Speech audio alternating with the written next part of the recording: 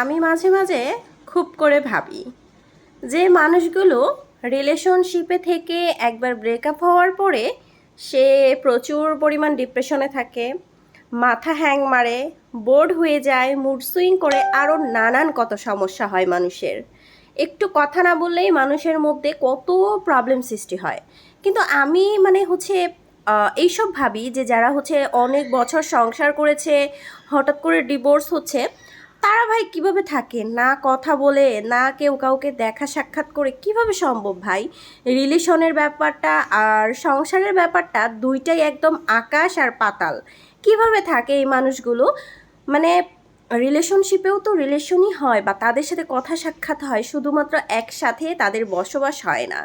সংসার জীবনে যেটা খুব বাস্তবিকভাবে এবং সামনে থেকে কাছে থেকে মানুষটাকে দেখা যায়। তো এই বিষয়গুলোই কি আসলে তিক্ততা সৃষ্টি করে?